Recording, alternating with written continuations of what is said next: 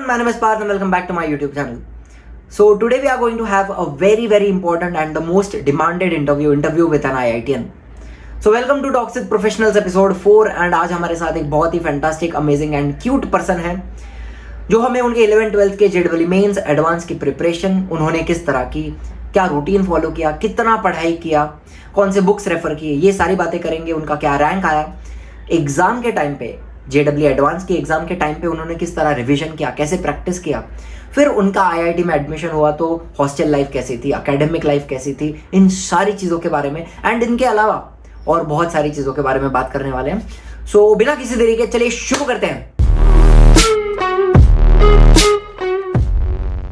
Hello everyone, आज है हमारे साथ Anuj Kurwa. He is an IITian and उन्होंने केमिकल इंजीनियरिंग की है फ्रॉम आईआईटी बॉम्बे एंड अभी वो मास्टर्स कर रहे हैं फ्रॉम नेदरलैंड्स. इनका नाम सुन के अनुज कुरवा आपको थोड़ा सा कहीं पे ऐसा दिमाग में बत्ती जला होगा that he is the brother of doctor Deven Kurwa and again one of my long lost cousins. It has been a very long time हम लोग ने ऐसे बैठ के बात नहीं की है, लेकिन welcome Anuj to the interview series talks with professionals. And how are you, कैसे हो आप? सबसे पहले हाउ आर यू? मैं बहुत बढ़िया हूँ. I am currently in Netherlands where I am studying for my masters. The weather is very good here. यहाँ पर बहुत अच्छा है. मेरा मास्टर्स काफी अच्छा जा रहा है. सो कहानी शुरू करते हैं थोड़ी 10th स्टैंडर्ड से. अनुज, अभी बहुत सारे स्टूडेंट्स हैं who want to pursue engineering. उनको जेडब्ल्यू मेंस देना है, किसी को एडवांस देना है, किसी को आईआईटी जाना है. तो there are n number of students who want to understand how you started your journey and तुम IIT में तुम्हें कैसे एडमिशन मिला. तो let's start from 10th standard. How much you scored in 10th and तुम कौन से बोर्ड से थे वो भी बता देना. 10th में मैं सीबीएसई में था और मुझे 95.4% आया था. और मेरा हमेशा से सपना था कि मुझे भी आईआईटी में जाना है और हो सके तो आईआईटी बॉम्बे में जाना है. तो मैंने डिसीजन लिया कि अब मुझे भी जेई की तैयारी करनी है. मुंबई में ही मैंने एक कोचिंग क्लास ज्वाइन कर लिया और 11 से बिल्कुल तैयारी चालू हो गई. मैं रोज पढ़ता था, मैं रोज खेलता था और मैं सब कुछ करता था. पढ़ाई तो सबसे जरूरी थी बट बाकी सारी चीजें भी मैं करता था. मैंने 11th और 12th में सिर्फ पढ़ाई नहीं की, मैंने एंजॉय भी किया है. And what are your hobbies? Like पढ़ाई के सिवाय खेलता था, मतलब डिड यू प्ले स्पोर्ट्स और क्या करते थे? What was your hobby? मैं कभी कभी ट्रैकिंग जाता था. कभी कभी मैं सुबह सुबह मुंबई में साइकिलिंग करने के लिए निकलता था. जैसे आप पीछे देख रहे हो, पाथ के पास गिटार्स हैं, मेरे पास मेरा कीबोर्ड है और मुझे वो बहुत पसंद है. आई थिंक अपने फैमिली में ना म्यूजिक का बहुत बड़ा इन्फ्लुएंस है. Deven also used to play keyboard if I am not wrong. Yes, दोनों भाई यार म्यूजिशियन है तुम लोग. If I am not wrong, तुम्हारी जो कोचिंग क्लास थी दैट वाज इंटीग्रेटेड टाइप. हाँ. तो हमारे जो व्यूअर्स हैं, प्लीज एक्सप्लेन एक इंटीग्रेटेड कोचिंग इंस्टीट्यूट कैसा होता है. इंटीग्रेटेड मतलब कि जब आप कॉलेज में एडमिशन लेते हो तब आपका कोचिंग क्लास में साथ में एडमिशन हो जाता है. Okay. जैसे मैंने एचएससी में एडमिशन लिया. मेरा कॉलेज एचएससी था but it was affiliated to a coaching class. तो मुझे मेरे कॉलेज की तरफ से कोई अटेंडेंस रिक्वायरमेंट नहीं थी और पहले दिन से फोकस जेई पे था. सिर्फ बोर्ड्स के वक्त थोड़ा सा टाइम मैंने कॉलेज को दिया है, वरना तो मैंने ज्यादातर जेई की पढ़ाई की है. और इसीलिए ये इंटीग्रेटेड का फायदा है कि कॉलेज और कोचिंग साथ में हो जाती है. ओके, सो अगर आप इंटीग्रेटेड कोचिंग में एनरोल करते हो तो आपको कॉलेज नहीं जाना है. Basically you don't have to worry about college, सिर्फ कोचिंग एंड सिर्फ पढ़ाई पे ध्यान देना है. एक और बहुत इंपॉर्टेंट क्वेश्चन बच्चों ने पूछा था अनुज कि अभी you are from CBSE board and जेडब्ल्यू मेंस एंड जो एग्जाम है they are based on NCERT books, right? तो हमारे जो स्टूडेंट्स हैं वो स्टेट बोर्ड के हैं, तो क्या उन्हें सीबीएसई में जाना चाहिए या फिर can they continue with state board? बिल्कुल जरूरी नहीं है कि 11th और 12th सीबीएसई से किया जाए. अगर कॉलेज में अटेंडेंस रिक्वायरमेंट ना हो तो बहुत अच्छा है जेई प्रिपरेशन के लिए, ओके वो एक चीज जरूर देखना। और कोई भी बोर्ड हो, सीबीएसई, आईसीएसई या स्टेट सेकेंडरी एचएससी, मैंने खुद एचएससी से किया है, तो सीबीएसई की बुक तो पढ़नी है, लेकिन इसका ये मतलब नहीं है कि सीबीएसई की बुक पढ़ने के लिए मैं सीबीएसई में एडमिशन लूं। तो I want to ask one question कि सीबीएसई की जो बुक्स हैं एनसीईआरटी एंड अपनी स्टेट बोर्ड की जो बुक्स हैं, आर दे डिफरेंट और सिलेबस काफी सिमिलर है? सिलेबस कुछ हद तक सिमिलर है, बट फिर भी डिफरेंट है। मेंस के लिए सीबीएसई की बुक पढ़नी पड़ती है। मैंने जितना देखा है, लोग बोर्ड्स के एक महीने पहले ही तैयारी ज्यादातर करते हैं कॉलेज के एग्जाम्स के लिए, उसके पहले ज्यादा तैयारी नहीं करते। तो मुझे नहीं लगता है कि बहुत ज्यादा लोड आएगा अगर एचएससी करते हुए you have to read CBSE for JEE mains. अगर मैंने एनसीईआरटी बहुत अच्छे से पढ़ ली है and if I am prepared for JEE mains, does that mean boards मेरा बहुत इजी जा सकता है? बिकॉज बोर्ड्स भी काइंड ऑफ सिमिलर लाइंस पर ही चलता है। When you prepare for JEE mains, by default आप जितना पोर्शन है बोर्ड्स का, उससे थोड़ा सा ज्यादा ही तैयारी हो जाती है, खासकर फिजिक्स, केमिस्ट्री, मैथमेटिक्स में। दूसरे सब्जेक्ट्स में तैयारी करनी पड़ेगी, बट फिजिक्स, केमिस्ट्री, मैथमेटिक्स में पुराने पेपर देख लिए बोर्ड्स के और उनको सॉल्व किया। थोड़ा लिखने का तरीका अलग होता है, क्योंकि जेई मेन में हम आंसर टिक करते हैं और बोर्ड्स में हम आंसर लिखते हैं, तो वहां पर फर्क आता है। बट अदरवाइज मेंस के पोर्शन में काफी हद तक बोर्ड्स का भी कवर हो जाता है इन 3 सब्जेक्ट्स के लिए। Okay, so it is not necessary to switch to CBSE board. अगर आप स्टेट बोर्ड में हो एंड अगर आप एनसीईआरटी प्रिपेयर करते हो तो भी आपका बोर्ड्स का प्रिपरेशन करीब करीब पूरा पूरा हो जाता है। सो जितने भी क्वेश्चंस आए थे about CBSE, don't worry, state board में ही रहो एंड कीप प्रिपेयरिंग।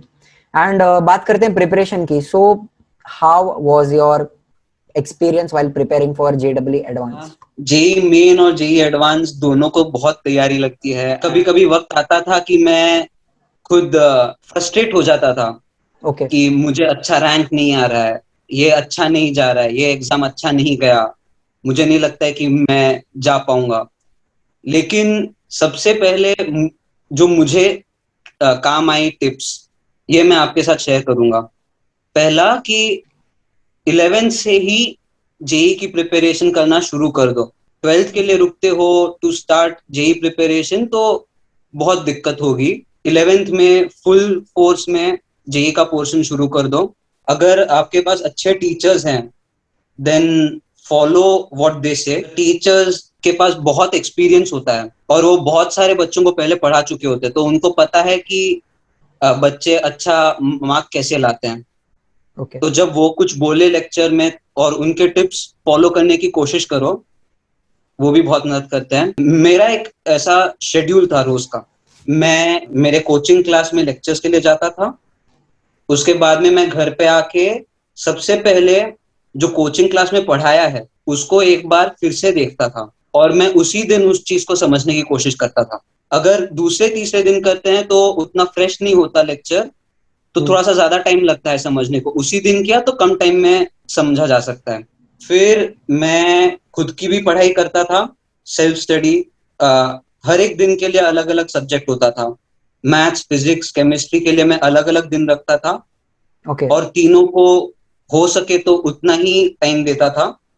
शायद मैथ्स को ज्यादा टाइम देता था क्योंकि मैथ्स मेरे लिए थोड़ा सा वीक था। और मैं रोज कुछ ना कुछ खेल कूद करता था, चाहे वो सुबह साइकिलिंग करना हो या फिर शाम को फुटबॉल खेलना हो या फिर मेरा कीबोर्ड बजाना। ये मैं आधे 1 घंटे के लिए रोज करता था और इससे मुझे स्ट्रेस नहीं आता था कि मैं रोज 8 घंटे पढ़ रहा हूँ। उतना स्ट्रेस नहीं आता था, वरना सिर्फ अगर पढ़ाई करेंगे, रूम में बंद रहेंगे तो ज्यादा स्ट्रेस आता है। एक minute Anuj, let me stop you. अब तुम बोल रहे हो कि तुम दिन में 8 घंटे पढ़ते थे। Is that including the coaching का लेक्चर और is that self study? Okay, if I include lectures also, I think I never studied more than 10 hours a day. Coaching plus self study मिलकर दिन का ज्यादा 10 से घंटा ज्यादा होता था, 10 hours a day. And this is 11th standard. I think 11th and 12th, क्योंकि मैंने ऐसा रूटीन बनाया था. मेरे पास एक सॉफ्ट बोर्ड था और मैं उसके ऊपर पिन करता था कि मैंने आज क्या पोर्शन किया, मुझे इस महीने क्या करना है, मुझे आगे एक एक प्लानिंग बनाई थी मैंने मेरे ओके टीचर्स के साथ मिलकर. ओके. तो उन्होंने मुझे अच्छे से बताया कि पोर्शन को कैसे टाइम में कवर किया जाए. एंड मुझे पता है कि मैं उस टाइप का आदमी नहीं हूँ जो एक दिन बहुत पढ़ेगा और दूसरे दिन कम पढ़ेगा. ओके. तो मेरे लिए ऐसा था कि मैं रोज पढ़ता था. मैं एक पैटर्न फॉलो करता था पढ़ाई में, जो कि मैंने पहले ही मेरे टीचर्स के साथ डिस्कस किया हुआ था. तो उससे मुझे बहुत फायदा हुआ. अच्छा, talking about the routine and schedule, जो पैटर्न था तुम्हारा पढ़ने का, सो अगर एक बच्चा जो आज ये वीडियो देख रहा है, ये इंटरव्यू देख रहा है, एंड उसे अगर एक रूटीन बनाना हो, तो how can he go about that? सबसे पहले तो अपने कॉलेज और कोचिंग क्लासेस के टाइम्स देखो. उसके हिसाब से try to fit college time, like coaching classes time, your own self study time and some other activity time. ये other activities anything that gives you pleasure, जिसमें दिमाग लगाना नहीं पड़ता. मतलब एक स्ट्रेस बस्टर होना बहुत जरूरी है, माइंड फ्रेश करना बहुत स्ट्रेस जरूरी है. बस्टर होना बहुत जरूरी है, क्योंकि अगर दिन में 8 घंटे, मतलब लेक्चर 8-9 घंटे लेक्चर को पकड़ के भी पढ़ना है तो बहुत स्ट्रेस हो जाता है दिमाग पे. ओके. तो एक ऐसा स्ट्रेस बस्टर एक्टिविटी होना बहुत जरूरी है. बट अमेजिंग अमेजिंग, मतलब कंसिस्टेंटली 2 साल, that is what it takes to crack IIT JEE advance. Consistency. अच्छा, tell me, how was your exam? तुम्हारा जेईई एडवांस कैसा गया था? जेडब्ल्यू मेन और एडवांस दोनों मेरे काफी अच्छे गए थे. काफी डिफिकल्ट पेपर था देन द लास्ट 2-3 years. लेकिन मेरी तैयारी थी, और सिर्फ पढ़ाई की तैयारी नहीं थी, एक एग्जाम देने के मेथड की तैयारी थी. जब एक एग्जाम देना होता है तो इट इज नॉट जस्ट कि मैंने ये पढ़ लिया, ये मुझे आता है. Okay. It is also about कि अब मैंने इतना सारा पढ़ा है, लेकिन क्या मैं इतने कम वक्त में ज्यादा मार्क्स ला सकता हूँ. इसके लिए मैंने बहुत एग्जाम प्रैक्टिस की. और towards the end of the 2 years of preparation, मैं हर तीसरे दिन, हमें फ्री टाइम मिलता है कोचिंग में. जब एग्जाम नजदीक आती हो तो हमें फुल फ्री टाइम मिलता है कि अब खुद से पढ़ाई करो, खुद से एग्जाम दो. ओके. तो उस एग्जाम के पीरियड में मैं हर 5 दिन में एक बार एक टेस्ट देता था. पूरे 6 घंटे का टेस्ट, जैसे एडवांस होता है. 3 घंटा, फिर 1 घंटा ब्रेक और 3 घंटा. तो ये बार बार करने के बाद एक आदत बनती है कि एग्जाम को कैसे दिया जाए. तो ये एग्जाम के कितने टाइम पहले से तुमने शुरू किया था टेस्ट लिखना? 2 से 3 महीने पहले. तो एग्जाम के 3 महीने पहले से तुम हर 5 दिन में एक जेडब्ल्यू एडवांस की टेस्ट लिख रहे थे, बेसिकली 6 घंटा बैठकर. 6 घंटा बैठकर. तो हर 5 से 6 दिन में. बट मैंने ऐसे टोटल शायद 8 टेस्ट जितने दिए होंगे. तो इस इससे मुझे बहुत फायदा हुआ. मुझे पहले पेपर में कम मार्क आए. जैसे मैं ओके. और पेपर देता गया, मेरे मार्क बढ़ते गए, क्योंकि मुझे समझ में आया कि मैं किस चीज में ज्यादा टाइम देता हूँ, किस चीज में कम टाइम देता हूँ, कैसे मैं अपने मार्क्स बढ़ा सकता हूँ. एंड में थोड़ा स्मार्टली काम करना बेटर होता है. एंड बहुत सारे व्यूअर्स पूछेंगे भी कि अनुज सर, आपका जेडब्ल्यू एडवांस में ऑल इंडिया रैंक क्या आया था? अच्छा, तो मेरा रैंक 684 था. 684, and that is very very good. कितने बच्चे बैठते हैं अनुज? जेडब्ल्यू एडवांस कितने लोग देते हैं ऑल ओवर इंडिया? 1 लाख से 2 लाख लोग देते होंगे. 1 लाख से 2 लाख. एंड हम्म. उन 1 लाख 2 लाख में से अगर आपको आईआईटी में एडमिशन चाहिए तो आपको 8000 के अंडर रैंक लानी पड़ती है। हाँ, अगर जैसे अच्छे आईआईटीज में चाहिए हो हम्म। तो 8000 के अंदर ही आना चाहिए जनरल रैंक। एंड अभी क्या पूछना था, हाँ बहुत सारे स्टूडेंट्स का ये सवाल था कि कौन से बुक्स रेफर करना है, कौन से बुक्स पढ़ने हैं। अगर आप कोई आईआईटी की जेडब्ल्यू मेंस की या जेडब्ल्यू एडवांस की प्रिपरेशन कर रहे हैं तो कौन से बुक्स पढ़ने हैं? सबसे जरूरी जेई मेंस के लिए तो पहले एनसीईआरटी बुक्स, ओके। क्योंकि एनसीईआरटी बुक्स में सारा पोर्शन कवर होता है। मतलब उतने डिटेल में शायद कवर नहीं होता जितना जेई मेंस को चाहिए, बट काफी हद तक कवर हो जाता है। तो सबसे पहले तो एनसीईआरटी बुक। ओके। फिर मेरे पास मेरे कोचिंग के भी काफी मटेरियल थे, हम्म। तो उससे भी मुझे बहुत फायदा हुआ। और कोचिंग मटेरियल में मुझे ये फायदा हुआ कि हर कंसेप्ट के लिए एक्सरसाइजेस थी बहुत सारी। ओके। मैं बहुत सारे प्रॉब्लम सॉल्व कर सकता था हर कॉन्सेप्ट के। तो उससे मुझे जितना प्रैक्टिस होता है उतना स्पीड बढ़ती है, उतना क्लैरिटी आती है। और बाकी बुक्स अब लो, H C Verma, R D Sharma, ये सारे बुक्स हैं। और ये वर्ड डॉक्यूमेंट में आपको लिखे हुए मिलेंगे। ओके, सो जितने भी लोग वीडियो देख रहे हैं, डिस्क्रिप्शन में आपको मिलेगा एक PDF and it is about the IIT JW advance preparation है, उसकी गाइडलाइंस है। उस पीडीएफ में आपको कौन सी बुक्स रेफर करनी है वो मिल जाएगा, आपको डूज एंड डोंट्स, कौन सी चीजें करनी है कौन सी चीजें नहीं करनी है वाइल प्रिपेयरिंग फॉर जेडब्ल्यू, वो भी मिल जाएगा। एंड और भी काफी सारे छोटे छोटे इनपुट्स हैं, रूटीन कैसे बनाना है, शेड्यूल कैसे बनाना है, ये सारी चीजें अनुज ने खुद हमें लिख कर प्रोवाइड की हुई हैं। तो please do check out the PDF. And Anuj, I want to ask, are there any other tips किसी के लिए जो जेडब्ल्यू का प्रिपरेशन कर रहे हैं? अच्छा, तो सबसे पहले प्रिपरेशन में जब आप जेई के लिए प्रिपेयर कर रहे हो, प्रिपरेशन के वक्त ये मत सोचो कि आपको पूरे इंडिया से भिड़ना है। प्रिपरेशन के वक्त ऐसा सोचो कि मैं कल जितने मार्क लाता था, क्या मैं आज उससे ज्यादा मार्क्स ला रहा हूँ, या फिर मुझे कल जितना आता था क्या आज मुझे उससे ज्यादा आता है। मतलब कंपटीशन दूसरों से तो लगानी है एंड में, लेकिन इम्प्रूवमेंट तब होती है जब खुद से कंपटीशन लगाते हो। ओके। और कई बार ऐसा होता है कि जब पहली बार अगर पूरे दुनिया से कॉम्पीट करने जाओ और पहली बार अगर पिट के नीचे आ जाओ तो बहुत दुख होता है। लेकिन अगर ऐसा देखो कि खुद में इम्प्रूवमेंट आ रहा है तो उससे कॉन्फिडेंस आता है, और वो कॉन्फिडेंस एग्जाम में बहुत काम आता है। ये जो जेई मेन का पोर्शन है, ये सिर्फ जेई मेंस के लिए नहीं है, ये बहुत सारे दूसरे एंट्रेंस एग्जामिनेशंस में भी काम आता है। और ये भी काफी अच्छे कॉलेजेस के लिए एंट्रेंस एग्जामिनेशंस हैं दूसरे। तो खुद से कंपटीशन लगाओ। अमेजिंग यार। एक लास्ट बात, अब देख, there are so many people giving the JW mains and JW advance and seats बहुत ज्यादा कम है, रैंक बहुत नीचे ले, मतलब हाई रैंक लेके आनी पड़ेगी तब जाके तुम्हें एडमिशन मिलेगा। सो ऐसे बहुत सारे होंगे जिनको आईआईटी में एडमिशन नहीं मिल पाएगा, लेकिन दुनिया वहां खत्म नहीं होती है ऑब्वियसली।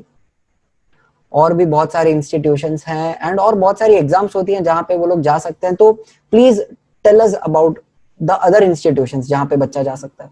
अच्छा, अगर आईआईटीज नहीं मिले तो एकदम जैसे फ्रस्ट्रेट मत होना, क्योंकि इंडिया में और भी बहुत सारी अच्छी दूसरी इंस्टीट्यूट्स हैं। और उनकी भी कुछ कुछ की अपनी खुद की एग्जाम है। बहुत सारी उसमें से एडमिशन जेई मेंस के स्कोर के बेसिस पे करती है। ओके। जो दूसरे एग्जाम्स है, जैसे बिट्स की है बिट सैट, और एक वीआईटी की भी एग्जाम है शायद। तो ये सारी जो एग्जाम्स है इनका पोर्शन बहुत जेई मेंस जैसा होता है। तो अगर जेई मेंस की तैयारी अच्छी है तो ऑटोमेटिकली दूसरे एंट्रेंस एग्जाम्स की भी तैयारी हो रही है। दूसरे बहुत अच्छे कॉलेजेस हैं इंडिया में, बिट्स, प्राइवेट कॉलेजेस में मैं बात करूंगा तो बिट्स, वीआईटी, और भी हैं। गवर्नमेंट में एनआईटीज बहुत अच्छे हैं। कुछ कुछ एनआईटीज नए आईआईटी जैसे आईआईटी गांधीनगर से थोड़े बेटर हैं। ओके। फिर प्योर साइंसेस अगर करना हो तो IISc और जैसे हर एक टाइप की अलग अलग इंजीनियरिंग, अगर एक इंजीनियरिंग की तरफ प्रेफरेंस है हम्म, तो हर इंजीनियरिंग में कुछ कुछ ऐसी कॉलेजेस हैं IIT छोड़कर जिनका करिकुलम और रेप्यूटेशन IIT जितना ही है उस ओके। पर्टिकुलर कोर्स में, तो सो वो बेसिकली भी। अगर आईआईटी नहीं होता है तो there are an number of options जो एक बच्चा ले सकता है। तो please do not get frustrated and और बहुत कुछ है दुनिया में करने के लिए, सो प्लीज निराश मत होइएगा। एंड बहुत सारे क्वेश्चंस आए थे कि किसी को इसरो में जाना है, किसी को डीआरडीओ में जाना है, किसी को डिफेंस में जाना है, किसी को एरोस्पेस इंजीनियरिंग करनी है, एरोनॉटिकल इंजीनियरिंग करनी है। तो अगर लेट से किसी को इसरो में साइंटिस्ट बनना है तो क्या टिप्स लिए जा सकते हैं? Can you tell us? मैं जब IIT में था तब मैं स्टूडेंट सैटेलाइट टीम का पार्ट था, ओके। और एज अ टीम हमने हमारी सैटेलाइट भी लॉन्च की थी प्रथम। ओके। ये मुझे याद है 26 सितंबर 2016। इज इट एक स्टिल इन ऐसा द दिन जो मैं ऑर्बिट? कभी, हाँ अभी भी है, ओके। अभी भी वो सैटेलाइट ऑर्बिट में है। अभी शायद सिग्नल नहीं दे रही है, पहले सिग्नल देती थी, अब शायद सिग्नल नहीं दे रही है जो सिग्नल देनी चाहिए। रूट गई। लेकिन हाँ, तो कुछ तो हुआ है, वो हमें पता नहीं चलेगा अब। ओके। तो मुझे इसकी वजह से इसरो, DRDO ये सब के बारे में और भी कुछ पता चला। इसरो, DRDO, BRC में जाने के लिए भी जैसे कुछ ब्रांचेस हैं जो कि ज्यादा पोजीशंस होती हैं, जैसे इलेक्ट्रिकल, मैकेनिकल, एरोस्पेस, हम्म। और BRC में न्यूक्लियर इंजीनियरिंग। ओके। इसके लिए थोड़ी ज्यादा पोजीशंस होती हैं और बाकी ब्रांचेस के लिए कम पोजीशन होती है। ओके। और प्रोसेस ऐसा है कि जैसे पहले बैचलर्स डिग्री खत्म हुई तो एक गवर्नमेंट एग्जाम देनी पड़ती है, जैसे कभी कभी गेट से भी एडमिशन होती है या फिर कोई दूसरी उनकी खुद की एग्जाम देनी पड़ती है, और उस एग्जाम के बाद में एक इंटरव्यू होता है। अच्छा है if you want to contribute to India by going into these organisations. So ये ये भी PDF में मेंशन्ड है, एक बार पढ़ लेना। And is there a special institute जहां से इसरो रिक्रूट करता है अपने इंजीनियर्स को, ऐसा कुछ है? एक इंस्टीट्यूट है IIST। हम्म। तो इसका पहले एक पॉलिसी हुआ करता था कि इसरो बहुत सारे ग्रेजुएट्स को रिक्रूट करता था, लेकिन अब ये चेंज हो रहा है। तो अब ऐसा नहीं है कि IIST में गए तो इसरो में हो जाएगा, ऐसा नहीं रहा, पहले ऐसा होता था। ओके। तो कोई भी अच्छे कॉलेज से इलेक्ट्रिकल, मैकेनिकल, एरोस्पेस करो या फिर कोई दूसरी भी फील्ड करो जैसे केमिकल या फिर कंप्यूटर साइंस, तो इसरो में पोजीशंस होती हैं और वो गवर्नमेंट एग्जाम्स देनी पड़ती हैं। ओके, तो there are different exams to get into ISRO, DRDO, BARC. अच्छा, अभी टॉकिंग अबाउट आईआईटी, चलो एडमिशन मिल गया आईआईटी बॉम्बे में एंड आपने फर्स्ट ईयर आपका केमिकल इंजीनियरिंग का स्टार्ट किया। And I will tell you, Anuj lives in Mulund, Mumbai में ही रहते हैं, but he still chose to live in the hostel. तो how was your hostel experience Anuj? IIT के हॉस्टल बहुत अच्छे हैं। I mean in the sense कि हम 2 साल खुद को अपने काइंड ऑफ रूम में बंद करके पढ़ाई करते हैं, और अचानक से हम इस हॉस्टल में आते हैं और हम वहां पर सब कुछ देखते हैं। हॉस्टल में वहां पे स्पोर्ट्स फील्ड है, यहाँ पे स्टूडेंट क्लब्स हैं जैसे डांस क्लब, म्यूजिक क्लब और टेक्निकल क्लब। कुछ क्लब्स ऐसे हैं जो मतलब हॉबी क्लब्स होते हैं। तो इस सब में बहुत जब आप हॉस्टल में रहते हो तो you can really participate in all activities on the campus. So it is lot of fun, बहुत मजा आएगा अगर कोई स्टूडेंट हॉस्टल में रहना चाहता है। And it is a very different experience, completely totally different. And एक बच्चे ने पूछा था मेस का खाना कैसा होता है? अच्छा, हॉस्टल में रह रहे हो तो बहुत मजा आएगा, रात रात भर बात करोगे about nothing that really matters. और बहुत अच्छी दोस्ती बनेगी, ऐसी दोस्तियां बनेंगी जो जिंदगी भर साथ में रहेगी। बहुत अलग टाइप का एक्सपीरियंस होगा घर से हॉस्टल में जाना। जैसे मैं ज्यादा नहीं बोलता था पहले, आई वॉज क्लोज्ड। जैसे मैं हॉस्टल में गया, मैं अचानक से ज्यादा बोलने लगा और ज्यादा आउटगोइंग हो गया। ये कुछ अच्छी चेंजेस आएंगी पर्सनालिटी में। ओके। हॉस्टल में मजा आएगा। और रैगिंग, पिछले बहुत सारे सालों में रैगिंग बहुत कम हो गई है, तो उतना डरने की जरूरत नहीं है। Okay, so hostel is fun. And how was your overall experience in IIT? क्या वहाँ की पढ़ाई कैसी थी एंड टीचिंग प्रोफेसर्स वगैरह सब, बेसिकली पूरा जो माहौल था आईआईटी का वो कैसा था? आईआईटी बॉम्बे तो ऐसा है कि कंक्रीट जंगल से असली जंगल। तो एकदम फ्रेश रहते हैं हम। और कभी कभी बंदर भी आते थे हॉस्टल में, बट बाजू में पवई लेक और ये सब, एकदम फ्रेश माइंड रहता है अंदर। ओके। और कोई भी आईआईटी का कैंपस बहुत ग्रीन होता है। The quality of education, professors, the quality of labs, they are very very good. Plus being in IIT, you will get many events organized by companies, और of course the fests। Mood Indigo तो एक बहुत बड़ा celebration होता है। Tech fest भी बहुत अच्छा होता है, बहुत कुछ नया नया देखने को मिलता है। आईआईटी में सिर्फ पढ़ाई नहीं होती, बाकी बहुत चीजें होती है। So like it really exposes you to the world. Alright, so you get to learn a lot, you get to experience a very different world जो तुमने अब तक एक्सपीरियंस नहीं किया है, वो सारी चीजें तुम्हें वहां देखने मिलेंगी। I think we have covered almost about everything. Yes Anuj? Yes, we have covered about everything, and more details are again there in the document. Exactly, तो please do check out the document. And अगर हमसे कुछ छूट गया, हमने सारी चीजें cover करने की कोशिश की है। बहुत सारे क्वेश्चंस थे जो मैंने, सॉरी मेरा ईयरफोन्स गिर रहा है, सारे क्वेश्चंस मैंने अनुज के ऊपर बम्बार्ड किए हुए हैं। तो अगर कुछ मिस आउट हो गया, कुछ रह गया, तो please post it in the comments, और you can DM me on Instagram, or you can mail me, and I will try to reach out and get back to you as soon as possible. And thank you so much Anuj for joining us and giving us your precious time. I know you are very busy, but thank you so much bro, I love you.